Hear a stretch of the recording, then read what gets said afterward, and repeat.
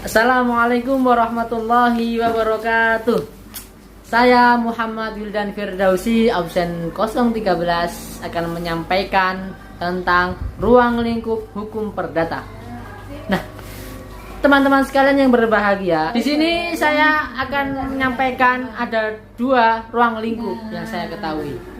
Nah, apa itu? Yang pertama itu adalah ruang lingkup secara sempit dan ruang lingkup luas. Di dalam hukum perdata, teman-teman sekalian yang berbahagia, ternyata dalam hukum perdata secara luas itu meliputi beberapa macam, meliputi KUHP Perdata, KUHD, dan undang-undang tentang koperasi, perniagaan, dan kepailitan. Mungkin sekian yang bisa saya sampaikan. Untuk materi selanjutnya akan disampaikan oleh teman saya. Sekian. Assalamualaikum warahmatullahi wabarakatuh. Di sini saya akan menjelaskan mengenai ruang lingkup hukum perdata dalam artian yang lebih sempit. Dalam artian yang lebih sempit, hukum perdata seringkali disebut sebagai lawan dari hukum dagang. Hukum perdata dalam artian yang lebih sempit itu hanya mencakup segala hukum yang tercatat di dalam kitab undang-undang hukum perdata atau yang biasa kita sebut sebagai KUH Perdata. Sebagai contoh, yang termasuk dalam ruang lingkup pengertian yang lebih sempit ini adalah masalah-masalah mengenai perkawinan, kemudian kewajiban daripada suami dan istri, hak milik, dan lain-lain. Terima kasih, sekian dari saya. Assalamualaikum warahmatullahi wabarakatuh. Di sini saya akan melanjutkan materi mengenai ruang lingkup hukum perdata. Materi selanjutnya adalah hukum perdata formil. Yaitu hukum perdata formil adalah ketentuan yang mengatur tentang cara seseorang mendapatkan hak atau keadilan berdasarkan hukum perdata material.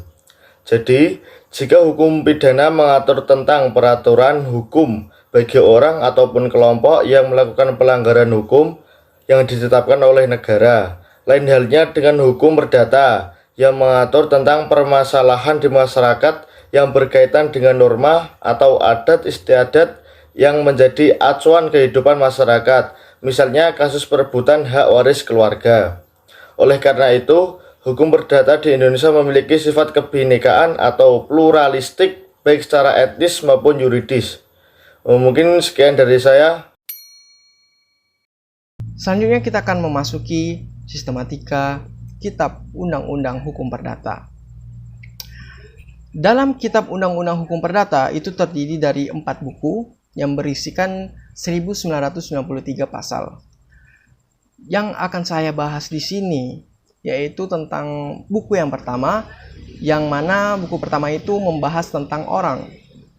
Perlu kita garis bawahi bahwa di sini orang yang dimaksud itu sebagai subjek hukumnya.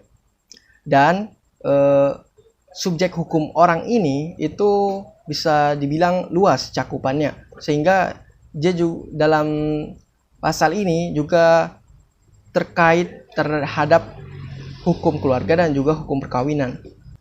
Dalam buku yang pertama ini, yaitu buku yang membahas tentang orang, di situ ada banyak sekali golongan-golongannya. Misalnya yaitu tentang menikmati dan kehilangan hak kewargaan. Ya, ada juga tentang akta-akta sipil, itu juga terbagi jadi banyak. Yaitu ada lagi tempat tinggal atau domisili dan pelaksanaan perkawinan. Itu semua telah diatur dalam kitab undang-undang hukum perdata, khususnya yaitu pada buku yang pertama ini, orang sebagai subjek. Di sini akan saya berikan contoh, yaitu tentang pasal 2 dari kitab undang-undang hukum perdata, yaitu tentang status anak dalam kandungan. Di situ berbunyi bahwasanya anak yang ada di dalam kandungan seorang wanita itu dianggap telah lahir jika kepentingan anak menghendaki. Nah, bila telah mati waktu dilahirkannya, maka dia dianggap tidak ada. Itu adalah contoh dari sekian banyak pasal yang membahas tentang orang. Baiklah, sekian dari penjelasan ruang lingkup buku yang pertama, yaitu tentang orang. Selanjutnya akan dijelaskan ruang lingkup buku yang kedua oleh teman saya. Sekian, terima kasih. Saya di sini akan menjelaskan buku kedua tentang benda. Buku kedua mengatur mengenai benda sebagai objek hak manusia dan juga mengenai hak kebendaan. Benda dalam pengertian yang meluas merupakan segala sesuatu yang dapat dihaki atau dimiliki oleh seseorang. Sedangkan maksud dari hak kebendaan adalah suatu hak yang memberikan kekuasaan langsung atas suatu benda yang dapat dipertahankan kepada pihak ketiga. Ketentuan yang diatur dalam buku kedua KUH Perdata menyangkut tentang hak-hak kebendaan yang merupakan bagian dari hukum kekayaan sebagaimana diatur dalam doktrin. Menurut doktrin, hukum kekayaan dibagi menjadi dua. Yang pertama adalah hukum kekayaan yang absolut, yang merupakan hak kebendaan yang diatur dalam buku kedua tentang benda. Kemudian yang kedua adalah hukum kekayaan yang relatif, merupakan hak-hak perseorangan yang diatur dalam buku ketiga tentang perikatan.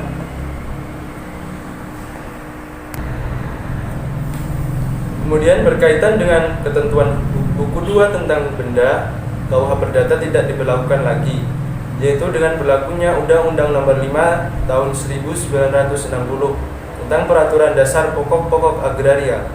Berdasarkan undang-undang tersebut, semua ketentuan hukum menyangkut bumi, tanah, air, dan kekayaan alam lain yang terkandung di dalamnya telah diatur dalam Undang-Undang Nomor 5 Tahun 1960 dinyatakan tidak berlaku.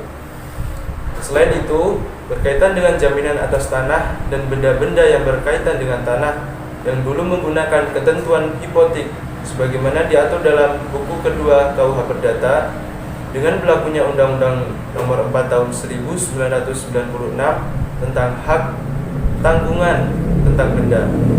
KUH Perdata tersebut juga diatur ketentuan hukum waris berdasarkan dua alasan yang menurut pembuat undang-undang melalui ketentuan pasal 584 KUH Perdata yang menyebutkan mewaris adalah salah satu cara memperoleh hak milik.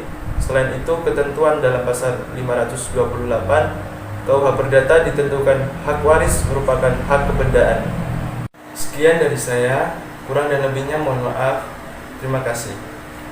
Selanjutnya masih mengenai sistematika dari Kitab Undang-Undang Hukum Perdata pada buku ketiga, yaitu mengenai perikatan atau perjanjian. Sesuai dengan naluri kemanusiaan bahwa setiap orang ingin melipat gandakan harta kekayaan yang mereka miliki.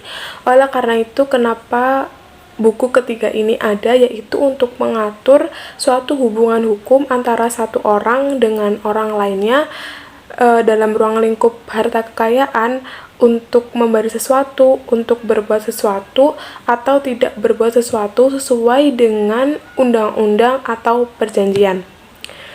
Pada buku ketiga ini menganut asas freedom of contract atau kebebasan berkontrak, di mana setiap orang berhak melakukan kontrak kepada siapa saja, di mana saja, dan kapan saja. Akan tapi kebebasan ini tidak memiliki kebebasan secara mutlak, yaitu kebebasan yang masih dibatasi oleh undang-undang yang berlaku. Contoh dari buku ketiga ini yaitu perjanjian mengenai jual beli, perjanjian sewa menyewa, atau hibah, itu memberikan suatu harta kepada orang lain.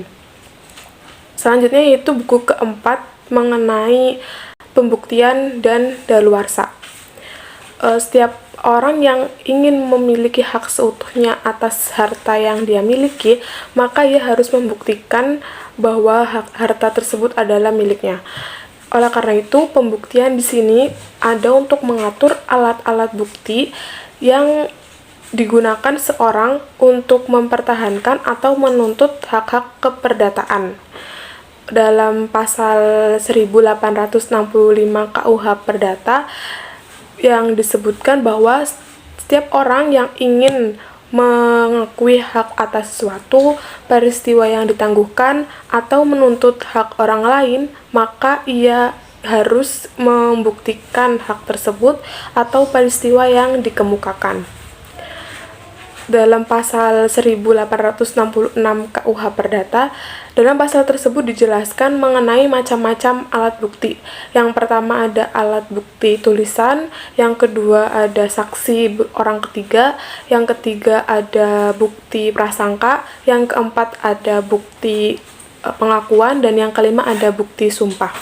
Selanjutnya yaitu mengenai daluarsa. Sebagaimana yang dijelaskan pada pasal 1946 sampai 1993 KUH Perdata, dijelaskan bahwa daluarsa mengatur mengenai jangka waktu tertentu yang menyebabkan seseorang mendapatkan atau kehilangan hak-hak keperdataannya dengan syarat-syarat tertentu.